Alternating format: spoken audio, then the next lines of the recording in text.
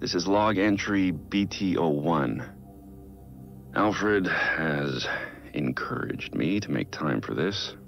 A personal record feels meaningless when there's so much work to be done. But he doesn't ask me for much. So, it's been a year since I came back to Gotham. There was always darkness in this city. It used to be insidious. Now it's out in the open. The police ignore violence and embrace corruption. Someone had to do something. Batman felt necessary. A year later, it's clear he is necessary. He's the one who speaks the only language Gotham's enemies understand. Violence and fear. It's working. I'm starting to rein in the chaos. But I need to be more careful. Batman is always on the edge of a knife. If I let him go too far, he becomes one of them. That can't happen. Batman can't kill criminals. He needs to demonstrate a higher standard. As Alfred put it, surrendering to violent impulses is easy. Controlling them is what takes courage. Gotham doesn't need a Batman with blood on his hands. I'm doing my best. But there's always room for Batman to improve. Not all of these criminals need to be hurt. Some of them just need help. Alfred was right. This did make me feel a little better. Or at least, I think I understand all of this more. Maybe this record will be useful someday. If I ever have doubts about Batman, Gotham, or any of it. But that's definitely for later. For now, Batman has so much left to do.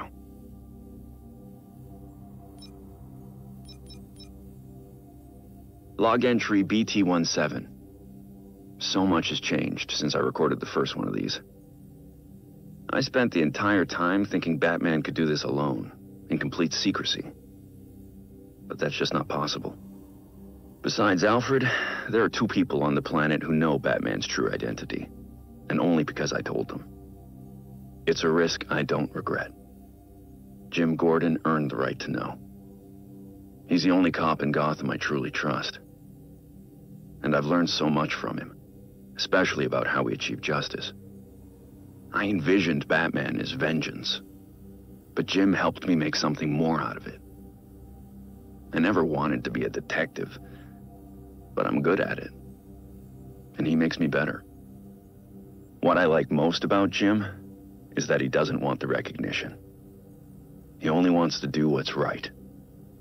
Lucius Fox has me thinking a lot about what right means. When I asked him to help Batman, Lucius wanted nothing to do with it. Justice defined by a white man with wealth and power is hardly justice, he said. It's a crusade.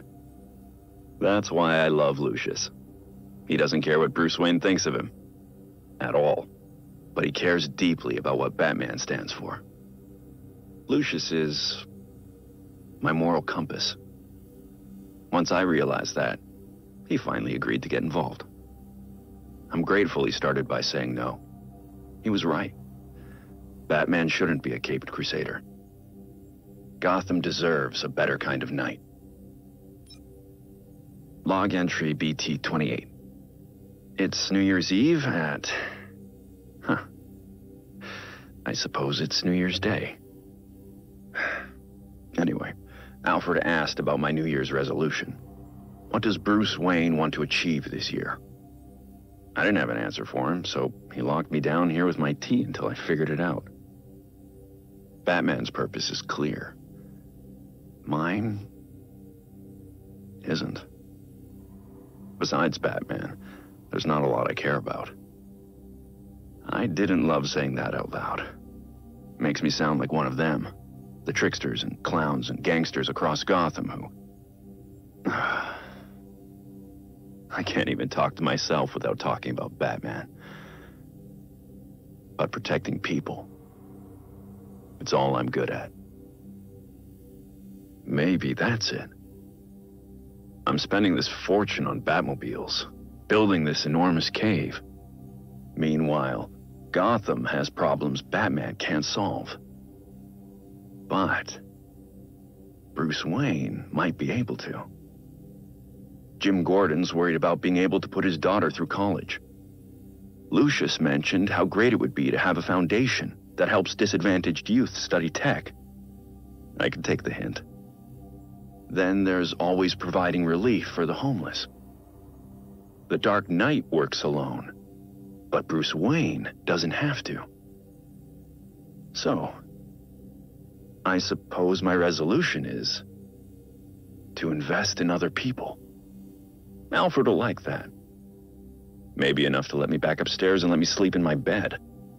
Because that medical gurney is really uncomfortable. Log entry BT-79. In a move that surprises even me, I've hired Harley Quinn as a research partner.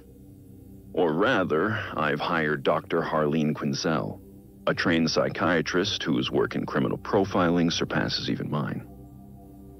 Of course, some of that work is based on her personal experience as a criminal. While this aspect of her history is impossible to overlook, in this instance, it's invaluable. It took less convincing than I thought to gain her cooperation. A chance to do good, small honorarium, and a ride in the Batwing were all the perks she requested. My contacts tell me Harley is comfortably installed at Blackgate. It's genius on her part. No one will suspect her presence, even if she's not actually serving a sentence right now. It puts her in the perfect location to carry out the research I need. It does also put her back into the criminal lifestyle we'd all prefer she left behind, but I will check in on her progress occasionally. I've given her the pattern I'm looking for. She's positioned to comb the records and profile the subjects. They, if they really do exist, won't be looking for Harley. And I'll keep it that way. Not a whispered word is said. Log entry BT-33. Crossed paths with Batgirl on patrol tonight. It's been a few weeks since she joined the team. Not that she'd put it that way. She's accepted some training, resources, nothing more. Even had some choice words to share about the Batcomputer's tech. I get it. She was doing fine without me. Far better than I would have without the means I was born into. No wonder she insists on sticking to her own cases. Reminds me of someone else I know. Everything Jim has ever said about his daughter is true. I won't be the one to tell him. That's her right. He saw the corruption in the force and tried to shield her from it. So she found another way to keep Gotham safe. But she is not like Batman. Batman and Robin fight crime by cover of night. But Bruce Wayne and Dick Grayson are somehow still sheltered, in a way she isn't. She sees things that we don't.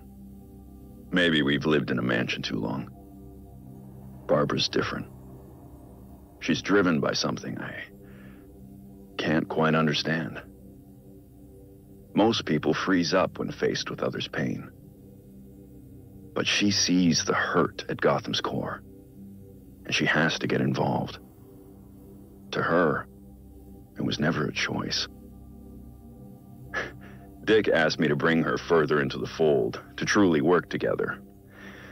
But I'm not the one that needs convincing. Barbara insists she doesn't need me. And frankly, she's right. But Gotham does need Batgirl. We're fortunate to have her on our team, in whatever way she sees fit. Log entry BT-66. Earlier this week, I confronted Basil Carlo, otherwise known as Clayface. It didn't go as I had hoped. I keep asking myself, could I have been faster? Maybe. Led him away to safer ground. I've been over the footage. No. He had several hostages at the reservoir, There was no time for backup or for elaborate plans. We fought, and he lost his footing. I couldn't stop him. When he hit the turbine, it confirmed what I had feared. One of us was going to die that night. But Basil always had a sense for the dramatic. An epic confrontation in front of an audience would have fit his plans. As he put it, it was most important to be seen. Looking back at the footage of the fall, I remembered one of Basil's earliest roles, a bit part in an adaptation of a Sherlock Holmes story. I compared the footage to his early film, and the staging was nearly identical. Now I wonder if he didn't cast himself as Moriarty to my Holmes, with that reservoir as Reichenbach Falls. Or, more in keeping with his ego, he cast himself as the hero. I'm going to continue studying Basil's DNA. If what I suspect is true, it's possible that some part of Clayface is still out there, alive. But what could be left of him? Log entry, BT42. Alfred, I can't do this. Not now. If you don't make time for this now, Master Bruce, then when will you? Take all the time you need.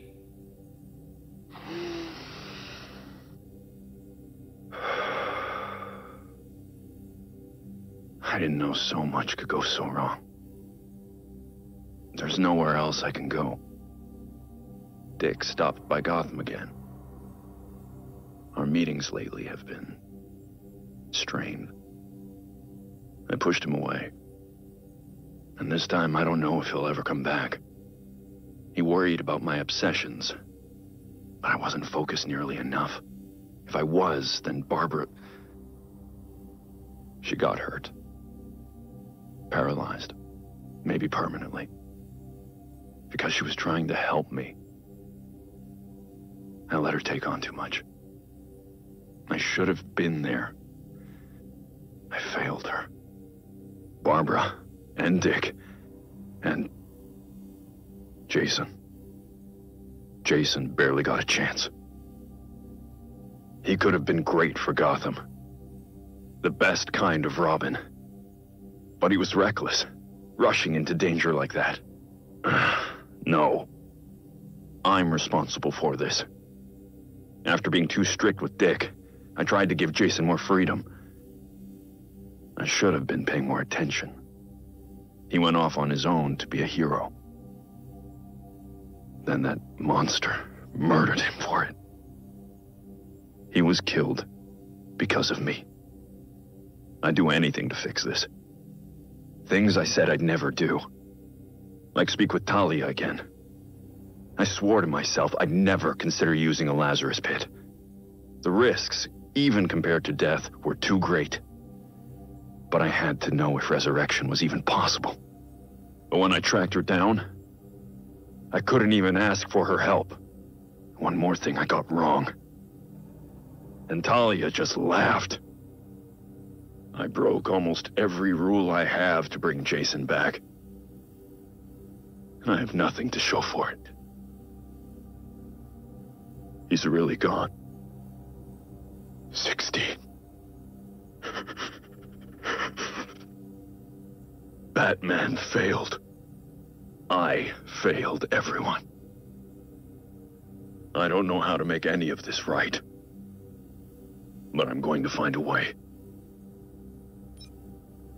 Log entry BT70. I don't often have dreams. But this morning, I woke up from one about Nightwing. Dick came back to Gotham. We sat right here in this room, together. He let me explain myself, apologize for pushing him away. I found all the words I should have said before he left. That's how I knew none of it was real. He asked me about something we used to talk about. Batman's legacy. You know, who wears the cowl when Bruce Wayne can't. For years, I thought I had the answer. Every time I looked at Dick Grayson, I saw the next Batman. But Dick never wanted it. I've been monitoring his activities in Bloodhaven. It's amazing what he's accomplished on his own. His way. With courage and kindness. I see it clearly now. I don't want Nightwing to become Batman. I need Batman to be more like Nightwing. Despite everything, I just wish he was home, so we could talk. Really talk. I'd tell him how proud I really am. That Nightwing is the better version of what Batman was meant to be. That because of Dick Grayson, Bruce Wayne became a better man. I'd tell my son that I miss him. I'll tell him the next time he comes back. He doesn't need me bothering him. He doesn't need me at all. Log entry BT-55. I stopped by Victor Freeze's new cell at Blackgate earlier tonight. Victor's looking at 2 years for his latest escapade. But his cell is adapted to his condition, so in theory he can stay there for any sentence, regardless of length. I made a promise to Victor long ago that I'd try to help his wife, Nora. Recently, advancements in medical technology made that possible. As much as I was glad to help Nora herself, I had also hoped that helping her would encourage Victor to change his ways. But after her successful decriminalization and treatment at Gotham General, Nora wanted no part of their previous relationship. She recognized what I'd been reluctant to accept. Mr. Freeze has embraced his identity as a villain and is loath to give it up. At her request, I safely relocated Nora. Her instincts were right. His response was violence. I subdued him and brought him to the GCPD. Victor now insists that Nora rejected him due to his condition rather than his actions. He asked for my help in finding a cure. I agreed. I've looked at my work for Nora. I think I can do it. That will let him live more comfortably. But I told him it won't bring Nora back. Until Victor accepts that his problems are because of his violent behavior, he'll keep returning to the same criminal patterns. I only hope I can make him understand that. Log entry BT-57. It's been 2 months since I confronted Red Hood. Wanted criminal, confirmed killer. Jason. At first, I didn't want to believe it. But after that shock came hope. He's still driven by a sense of justice. There's still a part of him I can recognize as Robin. He's talking to me, but he's so angry. Not so much at his murderer, but at me. I deserve his anger. He was just a child when I put him in harm's way. I pushed him too hard, too fast. He's made it clear that he'll never let go of his desire for vengeance. But he's come to understand that violence has its limits. I can only be grateful Jason's meeting me halfway. He's accepted counseling. We're finding a way to move forward. He's even suggested we work on a new kind of pistol for him, together. Something that's more bat-friendly. I have some reservations about that, but he insists it's possible, and his prototypes are promising. He's making an incredible effort to come back from that cliff. To be a better man. So far, I've been unable to find out what happened between Jason's murder and his appearance on Gotham streets as the Red Hood. His amnesia seems total, but not necessarily irreversible. Maybe with time he'll remember. Alfred and I ran every test we could think of. The last one confirmed my suspicions. We found evidence he'd been exposed to a Lazarus pit. Was Jason revived by Raish? Talia? Another faction or cult?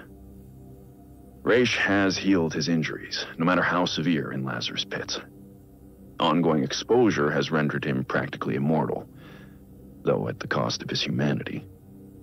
Raish's original goal when he founded the League was to destroy a corrupted society, to then rebuild it to a purer form. Now, he seems to have lost sight of any reconstruction.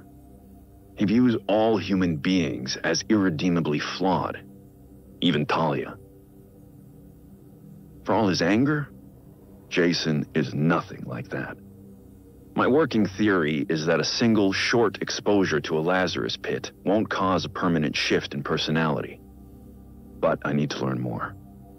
For Jason's sake. I won't lose him again.